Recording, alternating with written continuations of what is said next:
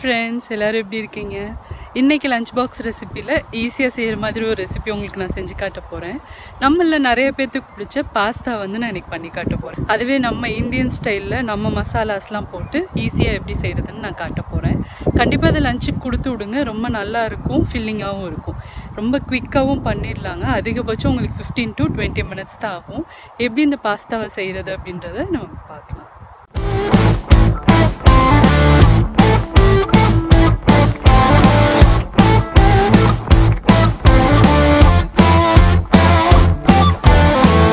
நீங்கள் எந்த variety pasta வேணாலும் எடுத்துக்கலாம். நான் பாருங்கள் இன்றைக்கி இந்த வெரைட்டி எடுத்திருக்கேன். உங்களுக்கு எது பிடிக்குமோ அதை எடுத்துக்கோங்க. இப்போ இதை வந்து தனியாக நம்ம வேக வைக்க போகிறோம். அதுக்கப்புறமா தான் கிரேவி ரெடி பண்ண போகிறோம். அந்த பாஸ்தா வேக வைக்கிறதுக்கு இங்கே நான் தண்ணி சேர்த்துருக்கேன். இது அளவெல்லாம் கிடையாது. பாஸ்தா நல்லா வேகிற அளவுக்கு தண்ணி சேர்த்தா போதும். ஸோ இதில் வந்து ஒரு 1/4 டீஸ்பூன் அளவுக்கு உப்பு சேர்த்துக்கலாம். அதே மாதிரி 1 டீஸ்பூன் அளவுக்கு எண்ணெய் சேர்த்துக்கோங்க. எண்ணெய் சேர்த்தோன்னா தான் பாஸ்தா வெந்ததுக்கப்புறமா ஒன்றோட ஒன்று ஒட்டாமல் இருக்கும். ஸோ இப்போ தண்ணி நல்லா கொதிச்சதுக்கப்புறமா நான் 1 கப் அளவுக்கு பாஸ்தா சேர்த்துக்கிறேன்.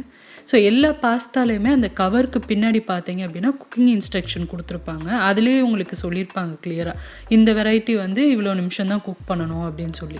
ஸோ நான் இன்றைக்கி எடுத்திருக்க வெரைட்டியில் வந்து 8 to 10 minutes போட்டிருக்காங்க. நான் அந்தளவுக்கு குக் பண்ண போகிறேன். ஸோ குக் ஆனதுக்கப்புறமா நம்ம ஈஸியாக அந்த சாஸ் ப்ரிப்பேர் பண்ணிடலாம். இப்போ பாருங்கள் கரெக்டாக எனக்கு 8 நிமிஷம் ஆயிருக்கு. இது வெந்துருச்சு நல்லா. இப்போ வந்து ஒரு வடிகட்டி யூஸ் பண்ணி இதை வடிச்சுக்க போகிறேன். இப்போ நம்ம பாஸ்தா வடித்த உடனேவே நல்ல கோல்டு வாட்டராக பச்சை தண்ணி வந்து அதில் ஊற்றிடுங்க. ஸோ அப்போ தான் உங்களுக்கு மேற்கொண்டு அது வேகாமல் இருக்கும். இல்லைன்னா ரொம்ப குழஞ்சு போய் ஸ்டிக்கி ஆகிடும். ஸோ அதனால் இந்த மாதிரி பச்சை தண்ணி ஊற்றி சைடில் வச்சிடலாம். இப்போ நம்ம வந்து சாஸ் ப்ரிப்பேர் பண்ண ஆரம்பிச்சிடலாம். அதுக்கு இங்கே ஒரு பேன் நான் சூடு பண்ணியிருக்கேன். அதில் ஆலிவ் ஆயில் இருக்கும் இல்லையா, அது வந்து ஒரு டீஸ்பூன் அளவுக்கு சேர்த்துக்கோங்க. அது நல்லா சூடானதுக்கப்புறமா நல்லா ஒரு 3 பல்லு பூண்டை பொடியாக கட் பண்ணி வச்சுருக்கேன். அதை சேர்த்து நல்லா உங்களுக்கு கோல்டன் ப்ரௌன் ஆகிற வரைக்கும் அதை வதக்கிக்க போகிறோம். இதுதான் இந்த பாஸ்தாவுக்கு நல்ல ஃப்ளேவர் கொடுக்க போகுது. ஸோ வெறும் பூண்டு தான், இஞ்சிலாம் நான் சேர்க்கல. ஜஸ்ட்டு பூண்டை நல்லா பொடியாக கட் பண்ணி சேர்த்துக்கோங்க. இப்போ பாருங்கள் நல்லா பொன்னிறமானதுக்கப்புறமா ஒரு நல்ல பெரிய சைஸ் வெங்காயத்தை பொடியாக கட் பண்ணி வச்சுருக்கேன். அதை வந்து இதில் சேர்த்து நல்லா வதக்கிக்க போகிறோம். இதுவும் நல்லா உங்களுக்கு செவந்து வரணும். அந்தளவுக்கு இதை வந்து வதக்கிக்கலாம். இப்போ பாருங்கள் வெங்காயமும் நல்லா வதங்கி வந்துருச்சு. இந்த ஸ்டேஜில் உங்களுக்கு பிடிச்ச காய்கறி எல்லாமே நீங்கள் சேர்த்துக்கலாம். நான் இன்றைக்கி வந்து கேரட், கேப்சிகம், அதுக்கப்புறமா ஸ்வீட் கார்ன் இதெல்லாம் சேர்க்க போகிறேன். ஸோ ஃபஸ்ட்டு நம்ம கேரட்டை சேர்த்துட்டு நல்லா வதக்கிடலாம். ஸோ ஒரு நிமிஷம் வதக்கிட்டீங்க அப்படின்னா அதுக்கப்புறமா குடமிளகா இருக்கும் இல்லையா, அதை சேர்த்துக்கலாம். ஸோ குடமிளகா வந்து உங்களுக்கு ரொம்ப சீக்கிரமே வதங்கிடும். அதனால் இதை வந்து ரொம்ப நேரம் வதக்கிறாதீங்க, மாவு மாதிரி ஆயிரும். அதனால் க்ரன்ச்சியாக இருக்கிற மாதிரி பார்த்துக்கணும்.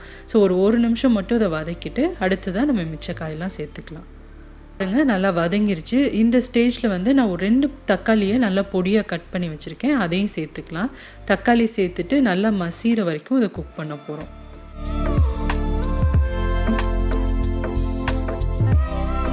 இப்போ இந்த பாஸ்தாவுக்கு தேவையான அளவு உப்பு சேர்த்துக்கலாம். அடுத்ததாக பாருங்கள் நான் ஸ்வீட் கார்னும் சேர்த்துருக்கேன். இது வந்து ஃப்ரோசன் ஸ்வீட் கார்ன் அப்படின்றனால நான் கடைசியாக சேர்த்துக்கிறேன். இப்போ இதுக்கு தேவையான மசாலாலாம் நம்ம சேர்க்க போகிறோம். ஒரு டீஸ்பூன் அளவுக்கு சில்லி பவுடர் நான் சேர்த்துருக்கேன். காஷ்மீரி சில்லி பவுடர் சேர்த்துருக்கேன். அடுத்ததாக ஒரு 1/4 டீஸ்பூன் அளவுக்கு கரம் மசாலா தூள் சேர்த்துக்கலாம்.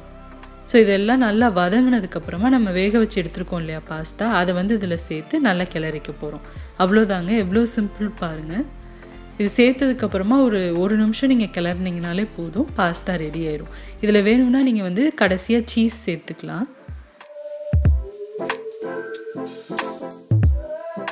இப்போ இறக்குறதுக்கு முன்னாடி காரத்துக்கு ஏற்ற மாதிரி மிளகுத்தூள் சேர்த்துக்கோங்க. நான் ஒரு 1/2 டீஸ்பூன் அளவுக்கு மிளகுத்தூள் சேர்க்குறேன். இப்போ எல்லாத்தையும் நல்லா கிளறிட்டு நம்ம சர்வ் பண்ணிடலாம். சூப்பரான இந்த பாஸ்தாவை மேலே கொஞ்சமாக சீஸ் வந்து தூவிட்டு சர்வ் பண்ணுங்கள். ரொம்ப சூப்பராக இருக்கும். டிஃபனுக்கும் கொடுத்து விடுங்க. கண்டிப்பாக ட்ரை பண்ணி பாருங்கள். எல்லாருக்குமே ரொம்ப பிடிக்கும். காரம் ரொம்ப கம்மியாக வேணும் அப்படின்னா அதில் காரம் கொஞ்சம் நீங்கள் கம்மி பண்ணிக்கலாம். ஸோ கட்டாயம் இந்த ரெசிபியை ட்ரை பண்ணி பார்த்துட்டு உங்களோட ஃபீட்பேக் அண்ட் கமெண்ட்ஸை என் கூட ஷேர் பண்ணிக்கோங்க. இந்த வீடியோ பிடிச்சிருந்தது அப்படின்னா லைக் கொடுங்க. சேனலுக்கு இன்னும் சப்ஸ்கிரைப் பண்ணாதவங்க சுஜிஸ் கிச்சனுக்கு சப்ஸ்கிரைப் பண்ணுங்கள். நிறைய இன்ட்ரெஸ்டிங்கான வீடியோஸ் ரெசிபிஸோடு அடுத்து உங்களை நான் மீட் பண்ணுறேன். சுஜிஸ் கிச்சன், எளிய பாரம்பரிய சமையலின் தொகுப்பு.